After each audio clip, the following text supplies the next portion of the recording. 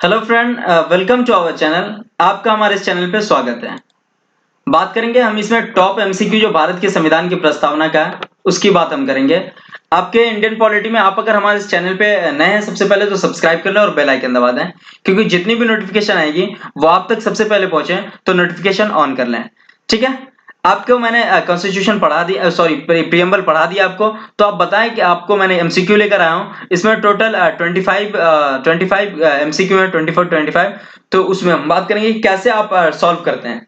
ठीक है, आप अभी भी अगर नए हमारे चैनल पे तो सब्सक्राइब कर लें और बेल आइकन दबा दें। चलिए स्टार्ट करते हैं। भारतीय संविधान का प्राधिकार स्रोत कौन सा है? भारतीय संविधान का प्राधिकार स्रोत कौन सा है? तो प्राधिकार स्रोत है भारत के लोग। क्या है? भारत के लोग। प्रियम्बल में सबसे पहले कहता है हम भारत के लोग, सब कुछ क्या है? भारत के लोग है, भारत की जनता। नेक्स्ट है, भारत के संविधान की प्रस्तावना में समाजवादी और धर्मनिरपेक्ष शब्दों को किस संशोधन में जोड़ा गया है? तो ये कौन से संशोधन में जोड़ा गया? ये जोड़ा गया 42वें संविधान संशोधन 1976 में। ठीक है, नेक्स्ट है, संविधान की प्रस्तावना में भारत को कहा गया है, क्या कहा गया है?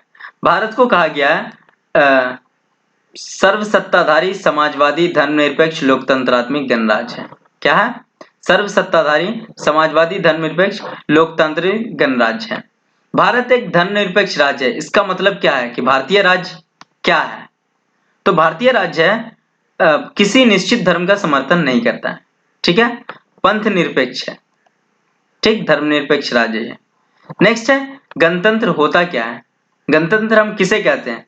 तो गणतंत्र कहा जाता है वो राज्य जहां पर अध्यक्ष वंशानुगत रूप से न हो, वो राज्य जहां वंशानुगत से न हो, इलेक्टोरेट किया जाओ, मतलब चुना जाता हो। ठीक है, जहां इलेक्शन हो। ठीक है, भारतीय संविधान की उद्देशिका प्रियम्बल ऑफ इंडियन कॉन्स्टिट्यूशन में परिवर्तन किस अधिनियम में किए गए थे? तो किस अधिनियम में किए गए थे? तो ये किया गया था 42वें संविधान संशोधन 1976 में। ठीक है, नेक्स्ट है, प्रस्तावना का वह प्रावधान जो सभी वयस्क नागरिकों को मताधिकार का अधिकार प्रदान करता है क्या कहलाता है? वो कहलाता है प्रजातंत्र। क्या कहलाता है? प्रजातंत्र। संविधान की उद्देशिका प्रस्तावना का संशोधन कितनी बार हुआ है? ये एक ही बार हुआ है। 42वां संविधान संशोधन 1976 को एक ही बार हुआ है, जिसमें धर्मनिरपेक्ष पंथ निरपेक्ष राज्य जोड़े गए थे शब्द, एकता और अखंडता जोड़ा गया था। ठीक है, नेक्स्ट है, किस वर्ष भारत एक प्रभुत्व संपन्न प्रजातांत्रिक गणराज्य बना था? किस वर्ष? तो ये कब बना था? ये बना था 1950 को। कब बना था? जब हमारा कॉन्स्टिट्यूशन लागू हो गया था तो बना था। ठीक है ना, जब 1950 में कॉन्स्टिट्यूशन केम इन फोर्स हो गया था, लागू कर दिया गया था। निम्नलिखित में से किस तिथि को भारतीय संविधान लागू किया गया था? तो 26 जनवरी 1950 को लागू किया गया था। कब किया गया था? 26 जनवरी 1950 को। भारतीय संविधान की प्रस्तावना प्रियम्बल ऑफ इंडियन कॉन्स्टिट्यूशन जिन आदर्शों एवं उद्देश्यों की रूपरेखा दी गई है उनकी आगे व्याख्या की गई थी। क्या व्याख्या की गई थी भारतीय संविधान की प्रस्तावना में? कौन से उद्देश्यों की बात की गई थी? तो ये बात की गई थी मूल अधिकार, राज्य के नीति निर्देशक सिद्धांतों और मूल कर्तव्यों में। किसमें बात की गई थी? इन दोनों में बात की गई है। भारत की संप्रभुता, एकता और अखंडता को अक्षुण्ण बनाए रखने तथा उसकी रक्षा करने का प्रावधान किया गया है। किसमें प्रावधान किया गया? तो यह प्रावधान किया गया प्रस्तावना में। किसमें प्रावधान किया गया? प्रस्तावना में।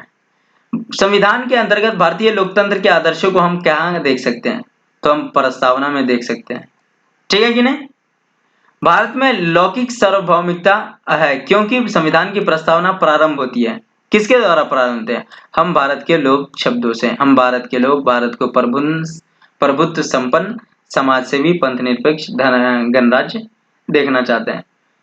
भारत को एक गणराज्य के रूप में मुख्य रूप में जाना जाता है, क्योंकि भारत को एक गणराज्य मुख्य रूप से माना जाता है। क्योंकि क्या होता है? तो ये क्या है कि एक राजाध्यक्ष चुनाव होता है। क्या होता है? राजाध्यक्ष चुनाव होता है। ठीक है, कल्याणकारी राज्य का उद्देश्य क्या है? कल्याणकारी राज्य का उद्देश्य क्या है? तो ये क्या है कि कमजोर वर्गों का कल्याण का प्रबंध करना। कमजोर वर्गों के कल्याण का प्रबंध करना कल्याणकारी राज्य का उद्देश्य है, उसके ऑब्जेक्टिव था। नेक्स्ट है, भारतीय संविधान के प्रस्तावना सभी भारतीय नागरिकों को निम्न में से कौन सा एक उपलब्ध कराने की वादा नहीं करती? क्या उपलब्ध कराने की वादा भारतीय संविधान की प्रस्तावना बिल्कुल नहीं करती है? तो ये कौन सा नहीं करता है? ये करता है पूजा की समानता। बाकी एक समान विचार की स्वतंत्रता है, राजनीतिक न्याय है, सामाजिक न्याय है, लेकिन पूजा की समानता ये वादा नहीं करती। भारतीय संविधान की प्रस्तावना निम्न से कौन सा नाम उल्लेखित है? हिंदुस्तान और भारतवर्ष, भारत और हिंदुस्तान, भारत और भारत, भारत और इंडिया। तो इसमें क्या है, इसमें किसकी बात की गई है? तो ये बात की गई है भारत और इंडिया की। प्रस्तावना में उल्लेख कौन सा नाम है? भारत और इंडिया। नेक्स्ट है, भारतीय संविधान की प्रस्तावना के अनुसार भारत के शासन का सर्वोच्च सत्ता किसमें निहित है? तो ये किसमें निहित है? ये निहित है जनता में। किसमें निहित है? जनता में निहित है। ठीक है। नेक्स्ट क्वेश्चन है, भारतीय संविधान की आत्मा किसे कहा जाता है? भारतीय संविधान की आत्मा प्रस्तावना को कहा जाता है। किसे कहा जाता है? प्रस्तावना को कहा जाता है। किसने कहा था? जस्टिस हिदायतुल्लाह ने कहा था प्रस्तावना भारतीय संविधान की आत्मा है। नेक्स्ट क्वेश्चन है, अब भारतीय संविधान के किस भाग में स्पष्ट रूप से घोषणा की गई कि भारत एक धर्मनिरपेक्ष राज्य है? तो ये किसमें? संविधान की प्रस्तावना में ही की गई है।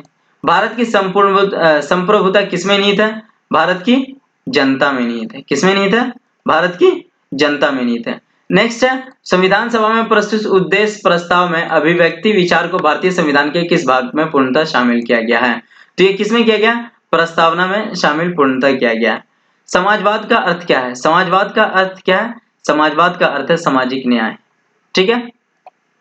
Thank you so much. ये रहा हमारे भारतीय संविधान की प्रस्तावना। आप अगर अभी भी नए हैं तो सबसे पहले सब्सक्राइब करें और बेल आइकन दबा दें। ज्यादा से ज्यादा लाइक करें, शेयर करें और कमेंट सेक्शन में लिखकर बताएं कि कैसा रहा हमारा question. Thank you so much. फिर मिलते हैं हम आपको अगले वीडियो में।